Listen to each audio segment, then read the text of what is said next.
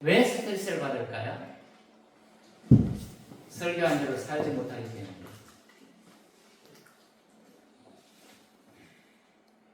이것은 엄청나게 어려움이고 고통이에요.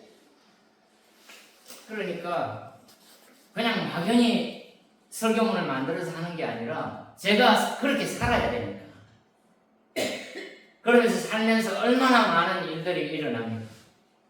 저의 실수도 있고 저의 부족함도 있고 여러 가지가 있지만 그 모든 것들을 말씀으로 감내하면서 말씀한 대로 지켜야 되니까 너무 어려워요.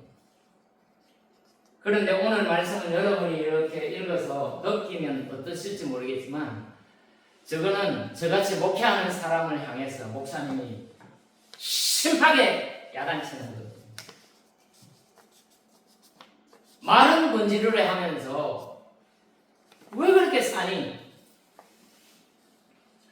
바리새인들을 지금 야단을 쳐놨어요.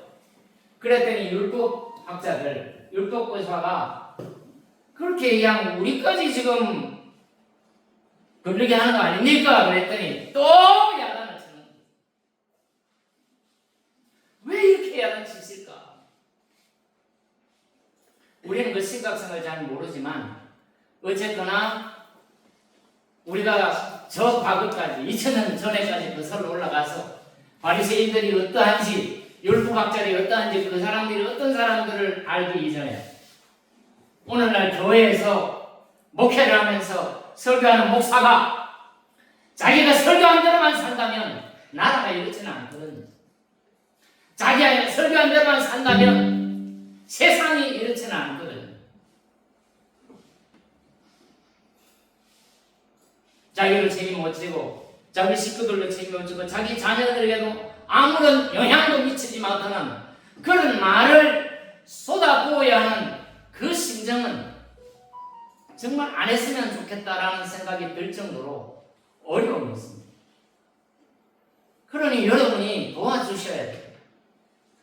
여러분의 목사를 돕지 않은 목사 혼자 목회할 수가 없습니다. 얼마나 많은 루머들이 들어오고 원인이 저에게 있었고 저의 부족함이 있을지라도 그런 문제들 때문에 설교하기는 너무 어려워요. 그래서 저는 실마리를 저녁 늦게까지 찾지 못했어요. 밥을 먹고 자는 게 일이니까 자고 일어났는데 실마리 안 잡혔는데 주일학교 본 설교가 준비가 끝나야 주일학교를 하는데 우리 김단유 주일학교 선생님이 늘 이렇게 주잖아요. 오늘은 탕자예요. 탕자 노래를 주셨어요. 그것을 보면서 하나님이 저에게 말씀을 주셨어요. 그래서 밤에 즐거운 마음으로 준비를 했는데 내용은 그렇습니다. 오늘 읽은 게 11장인데 15장에 가면 누가복음 15장 이런 양의 비유가 나오고 이런 드라크마의 비유가 나오고 그 다음에 탕자의 비유라고 우리는 그렇게 알고 있는 비유가 나옵니다. 그 탕자의 비유는 오늘 우리 애들한테는 잘 모르더라고요. 그런데 아버지의 사랑을 위해서 지극한 아버지의 사랑, 그것을 보여주는 것이 탕자의 비유입니다. 탕자의 비유에 대해서는 세상 사람들도 웬만하면 아는데 혹시 탕자의 비유 들어보셨습니까? 안 들어보셨어요? 예. 형님, 탕자의 비유 들어보셨습니까? 탕자의 형님도 안 들어봤어요? 형수님, 안 들어봤어요? 들어봤어요? 들어봐서도 생각이 안 날 것 같아요. 들어봤어도 생각이 안 나. 지금 제가 질문하는 거에 대해서 전혀 불편해하시거나 부담 가질 필요가 없습니다. 이렇게 하는 것은 저를 도와주는 거니까. 우리 오늘 처음 예배당 오신 형님, 탕자의 비유 들어보셨습니까? 네. 탕자의 비유. 탕자의 비유. 상대비유? 탕자. 상자. 예, 탕자. 예. 방탕한 사람의 비유 예. 들어보셨어요? 예. 우리 아까 처음에 찬송했잖아요. 제가 찬송할 때 그냥 찬송 안 합니다. 말씀하고 다 연관이 있어요. 우리는 그저 세상에서 방황할 때 이 노래를 너무 많이 불러가지고 뭔 저 노래를 저렇게 오래나 하지 말고 눈을 감고 찬양하라 그랬어요. 그게 저 사람이 아니고 나예요, 나. 그렇지 않으면 안 돼. 목사가 설교하는 사람 같지만 그런 찬양을 지으실 때에 내 삶에서 사무치면서 눈물을 흘리면서 불러야 되는 찬송입니다. 그 탕자가 이스라엘 문화하고 우리하고는 조금 비슷한 게 있는데요. 설명을 한번 해보겠습니다. 다 아시는 내용이 대부분이지만 모르신다니까. 이스라엘 백성들은 우리나라처럼 아버지가 돌아가시면 재산을 물려주잖아요. 또 장가 가면 제금 낸다 그러나? 예. 우리 아버지는 제금 날 때 논 5마지기, 밭 한 5마지기 집을 잘 지어가지고 제금을 내줬으니까 그때 가난할 때는 잘 냈다 그래요. 그런데 그만 신혼 초에 어머니가 아파가지고 가사가 무너졌지만 아버지가 아들한테 재산을 주잖아요. 이 탕자의 비유에 나오는, 제가 탕자의 비유는 여러분들이 쉽게 하기 위해서 탕자의 비유는 제가 표현하고 싶은 것은 시극한 아버지의 사랑의 비유입니다. 아들이 둘이 있어요. 아들이 둘이 있는데 아버지가 돌아가셔야 재산을 주잖아요. 요즘 미리 주기도 하지만 제가 미리 주지 말라고 그러거든요. 혹시 여러분 중에 재산이 있으면 미리 주지 마세요. 그냥 갖고 계세요. 그냥 자연스럽게 흘러가니까 싸우지 않게 교통정리 해주면 좋겠지만 그거는 알아서 잘 하시고, 어쨌거나 이 아들이 아주 젊은 애예요. 새파란 애가 아버지, 왜? 아버지 돌아가시면 내 재산 줄 거죠. 그래, 지금 미리 주세요. 아까 애들한테도 얘기했지만 이런 불호 자식은 없어요. 그거는 옆집에서 들은 이런 호로 새끼 그런다. 그런데 그 돈을 다 받아가지고 가가지고 허랑방탕 지 마음대로 쓰다가 돈이 빨리 떨어졌을까요? 늦게 떨어졌을까요? 돈이 엄청나게 빨리 떨어진 거예요. 돈이 빨리 떨어지니까 먹을 것이 이제 걱정이 되니까 취직 자리가 제대로 없지, 그런 사람이. 그러니까 이스라엘 사람들은 돼지 치는 농장이 가장 천한 거예요. 돼지 그러면 이 사람들은 불결하고 더럽고 가증한 거예요. 그래서 돼지고기를 이스라엘 사람들은 제대로 된 사람은 지금도 안 먹어요. 우리는 돼지머리 올려놓고 제사 지내지만 이스라엘 사람들한테는 절대로 있을 수 없는 치욕 사건입니다.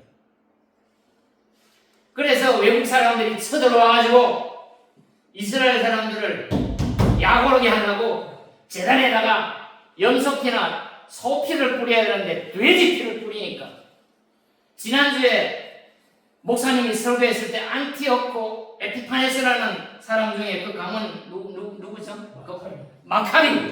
마카비라는 사람이 그 성전을 회복해가지고 그 성전을 엉엉 울면서 돼지피를 닦아냅니다. 더러운. 그런데 먹을 것이 없으니까 돼지 농장에 가서 일꾼으로 일하는데 돼지 농장에 간 자체가 치욕이고, 그런데 거기 가서 돼지하고 뒹굴고 살면서 먹이를 주는데 흉년이 나가지고 돼지 먹을 것도 없어. 우리가 생각해도 지금 외국인 노동자들이 돼지 칠 때 돼지 먹는 죽 먹어요, 밥 먹어요? 그런데 돼지 먹는 그 사료도 먹을 게 없어가지고 아버지 생각을 한 거예요. 우리 집 아버지는 부자인데 내가 눈 다 감고 잘못했지만 아버지한테 아들로는 못 가니까 아버지한테 나 종으로 써달라고 내가 가봐야 되겠다. 그래가지고 아버지를 찾아 나서는 거예요. 아버지가 사시는 집 어귀에 오니까 아버지는 매일 자식을 기다리거든요. 한시도 안 빠지고 매일 기다려요. 축 늘어져가지고 오는데 천상 내 아들이거든요. 그런데 눈 들어보자마자 아버지는 그냥 쇠면도 없이 막 달려옵니다. 연세가 드셔서 무릎이 안 좋아서 뛰지도 못하는데 뛰는 거예요. 그리고 그 동네 어른들은 우리도 그렇잖아요.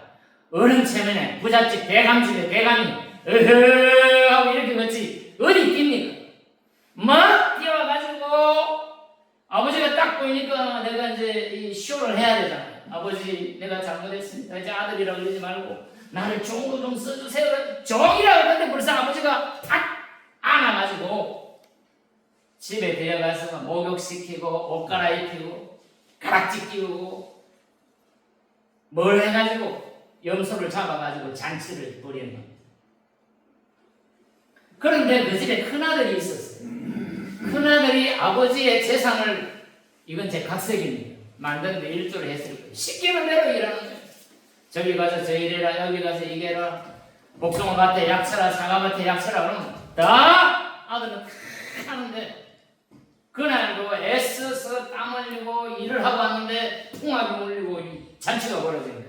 이거 웬 거냐 그랬더니 당신 동생이 왔대요 그랬더니, 그 동생 어떻게 해야 되겠어요? 형 입장에서는 아마 우리 큰형 같으면 내가 그러고 와서는 아마 지게작대기 들고 그냥 다리 뭉뱅이를 불에 틀려고 그랬을 거예요. 그러고도 남아요. 안 그래도 그냥 뭐 맞았으니까. 그런 내용이 오늘 내용입니다. 그런데 대부분의 우리는 이런 설교를 많이 들으셨죠? 많이 들었습니다. 오늘 15장 1절을 한번 보면, 있으면 영상을 같이 볼 텐데, 누가복음 15장 1절부터 3절까지만 한번 보겠습니다. 이 내용 때문에 제가 이 본문을 선택을 하고 오늘 설교의 고비를 넘기고 있습니다. 자, 15장 1절 시작. 천천히 시작. 세리들과 죄인들이 모두 예수의 말씀을 들으려고 그에게 가까이 몰려 들었다. 바리새파 사람들과 율법학자들은 투덜거리며 말하였다. 이 사람이 죄인들을 맞아들이고 그들과 함께 음식을 먹는구나. 이렇게 말하는데, 자, 그래서 시작. 그래서 예수께서는 그들에게 이 비유를 말씀하셨다. 15장도 그렇지만 11장도 그렇잖아요. 예수님이, 제가 이거 말씀을 보면서 밤새 생각했는데, 집에 들어가서 음식을 먹을 때 유대인들은 반드시 손을 씻어요. 손을 얼마만큼 씻냐면, 자다가 꿈을 좀 안 좋게 꾸었거나 이런 거 있으면 아예 목욕 재결을 하고요, 이 정결에 엄청나게 신경을 쓰는 거예요. 꿈만 잠고 가도 그날 7번 정결 예식을 행할 정도로. 이 사람들이 밥을 먹는데 손을 안 씻는다? 이건 쌍놈이나 쌍놈 이하예요. 예수님이 그거 모르실까요? 알까요? 제가 볼 때는 일부러 안 씻었어요. 교육시키려고. 일부러 예수님 손을 안 씻으니까, 손을 안 씻고 음식을 드시니까 저기 있는 바리새인들과 율법학자들이 완전히 뒤집어 버렸어요. 주고 저러는 거예요. 그래서 예수님께서는 15장 가서 다시 하겠지만 비유로 이 말씀을 주신 거예요. 드라카마 비유. 드라카마를 하나 잊어버렸어요. 여인. 자기가 아끼는가 봐. 그런데 하나 잊어버려서 그걸 찾으려고 온 방을 다 뒤져요. 저 같은 경우는 한 사람을 찾고 있는데요. 제가 군대에서 후임자 하나 있어요. 권용식이라는 사람인데, 목사가 됐는지 신앙을 했는데 전화번호를 잊어버려가지고 연락할 방법이 없어요. 내가 연락을 하면 지가 해야 된다, 안 해요. 30년이 넘도록 지금도 생각을 하고 있어요. 잊어버리면 찾는다고 말입니다. 그 다음에 이런 양의 비유는 몇 마리 중에 100마리 중에 한 마리 양을 잃어버렸어요.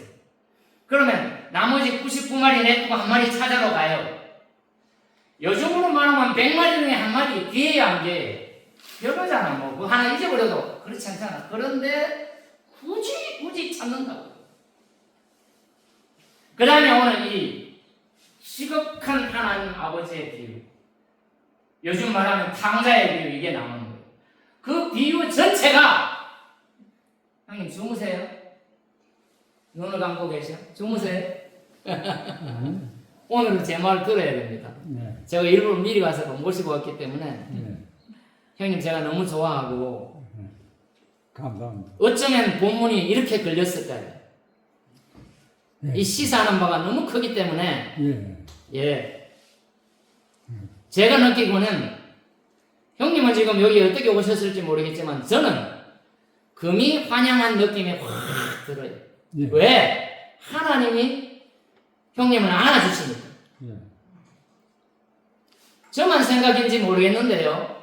그런 생각이 확 드는 예. 거예요. 오늘 말씀이 마음에 와 닿습니다.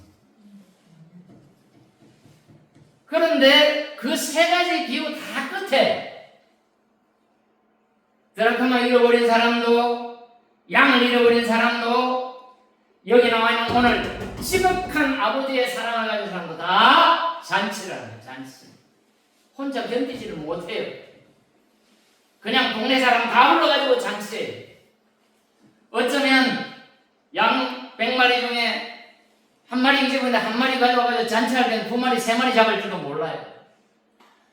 여기에 지금 경제적인 가치가 문제가 아니에요. 하나님이 얼마나 우리를 사랑하는지를 하나님이 우리에게 지금 가르쳐 주는 거예요. 그런데 예수님께서는 이스라엘 공동체, 이스라엘 사람들은 똘똘 뭉칩니다. 교인들은 똘똘 뭉쳐요. 바깥에서 욕하는 사람들은 교인들끼리 똘똘 뭉친다. 똘똘 뭉친다. 이스라엘 사람들 속에 예수 그리스도가 그 땅에 가셔서 그 백성들을 안는데 어떤 사람은 돈이 없어서 안 되고 어떤 사람은 매국 놀아서 안 되고 어떤 사람은 옷 팔아서 안 되고 어떤 사람은 차 팔아서 안 되고 어떤 놈은 못 배워서 안 되고 어떤 놈은 어느 출신이라서 안 되고 이거를 다 하나로 공동체로 끌어안는 그것 때문에 그 공동체를 깨고 있는 종교적이지 못한 사람들, 율법을 지키지 않는 사람들, 계치급도 못 받는 그 사람들을 배제하는 것이 예수님께서는 야당의 대상이었습니다. 교회의 목사가 헌금 많이 하는 사람 좋아. 교회의 목사가 잘 사는 사람한테는 사랑, 못 사는 사람한테 함부로 한다면 이건 낭패입니다. 제가 다리가 후들후들 떨리고 힘든 이유가 설교해놓고 그렇게 못 살면 이게 저한테는 고통입니다. 뭔지는 모르겠지만 여러분이 기도하고 도와주시지 않으면 우리의 좋은 공동체를 이룰 수가 없습니다. 사랑하는 여러분, 이 공동체를 위해서 내 하나가 예수 그리스도가 나 때문에 와서 십자가에 못 박혀 돌아가셔가지고 내가 구원받았다, 이것을 넘어서는 기독교 복음이 있습니다. 예수님께서 이런 비유를 할 때마다 예수님이 어디에 포커스를 맞았냐? 제가 어젯밤에 책을 한 권 봤어요. 하나님의 나라. 이종년 목사님, 혹시 목사님 잘 아세요? 이종년 목사님 책을 봤는데요, 너무너무 시원하게 설명을 해줬어요. 성경에 나오는 예수님의 비유 모두는 하나님의 나라를 설명하기 위해서 비유로 얘기하고 있어요. 하나님의 나라가 어떤 것인지. 하나님의 나라, 나 혼자 잘 먹고 잘 살다가 예수 믿고 천당 가는 것이 하나님의 나라가 아니라 나보다 못한 사람들, 나보다 가난한 사람들, 나보다 못 배운 사람들, 심지어는 나에게 해를 가해서 원수일지라도 이런 설교를 해야 하는데 목사가 스트레스를 안 받겠냐 이 말입니다.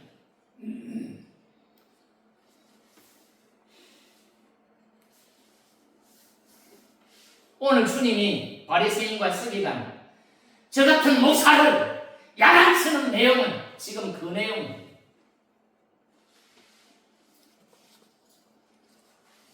우리 주기도문 암송할 때 주기도문은 나의 기도입니까? 우리들의 기도입니까? 주기도문 지금 많이 해봤잖아요. 하늘에 계신 우리 아버지여, 하늘에 계신 내 아버지여가 아니라 하늘에 계신 우리 아버지야. 우리 아버지, 공동체의 아버지, 교회의 아버지, 세상의 아버지, 세상을 구원하러 오신 그 아버지가 예수 그리스도이십니다.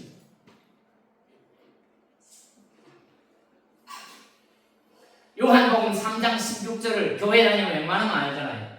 우리 한번 해볼까요? 다 같이 시작. 하나님이 세상을 이처럼 사랑하사 여기까지 합니다. 하나님이 자기 이름을 한번 넣어볼까요? 하나님이 자기 이름 넣어요. 소리 들려야 됩니다. 하나님이 강제석을 이처럼 사랑하사 그렇게 안 썼어요. 하나님이 교회를 이처럼 사랑하자 그렇게 안 썼어요. 이 설교는 제가 지난번에 했지만 지금처럼 느낌이 없었습니다. 하나님이 세상을 이처럼 사랑하는 겁니다. 하나님이 11조 많이 하는 사람을 이처럼 사랑하세요. 하나님이 교회에 안 빠지고 열심히 나오는 사람을 이처럼 사랑하사가 아니라 세상에 있는 모든 사람들을 예수 그리스도는 사랑하신다 그 말입니다. 오늘날 교회가 바뀌고 뉘우치고 공동체로 가야 되고 나의 범위를 벗어나서 진정한 하나님 나라 예수님이 원하시는 교회는 어떤 교회인지를 이 본문이 지금 가르쳐 주고 계시는 겁니다. 그런 면에서 교회는 너무너무 귀하고 나라가 하지 못한 일을 교회가 한다면 예수 그리스도께서 이 땅에 오셔서 가르쳐 주신 하나님의 나라를 위해서 교회가 애쓰고 교회가 노력하고 그것을 위해서 성신성의껏 신앙생활 한다면 좌도 우도 하나로 만들 수 있을 것입니다. 오늘날 교회가 그 역할을 어쩌면 못하기 때문에 심각하게 분열하고 어려움이 우리 속에 있을지 아니 그것이 맞지 않을까요? 너무너무 큰 과업이고 어렵지만 오늘 하나님이 주시는 그 말씀이 우리 속에 들어왔습니다. 지난 날을 회개하는데 회개할 것이 없다고요? 하나님 나라를 알면 알수록 하나님의 사랑을 알면 알수록 지공이라도 있으면 들어가야 될 것이 목사이고 먼저 믿는 사람이고 하나님을 많이 읽으면 많이 읽을수록 낮아가지고 겸손해져야 되는데 그렇지 못한 삶이 우리 속에 있는 것입니다. 그래서 제가 지난번에 두 군데 갔다 왔다 그랬잖아요. 한국에서 가장 큰 교회는 세계에서 가장 큰 교회 중에 하나입니다. 명성교회. 전혀 욕하고 싶지 않습니다. 오해하지 마시고 들으십시오. 명성교회 갔습니다. 새벽기도 17,000명. 성가대가 몇 명? 4,000명. 4,000명? 40명도 우리는 안 되는데 400명도 안 되는데 성가대만 4,000명? 사실은 그보다 더 돼. 그런 웅장한 교회를 봤는데 바로 그 옆에 허브 공동체를 보고 온 거예요. 그 중에 형제교회 중에 한 분은 여주교도소 교도관이었는데 예수 믿는 사람이에요.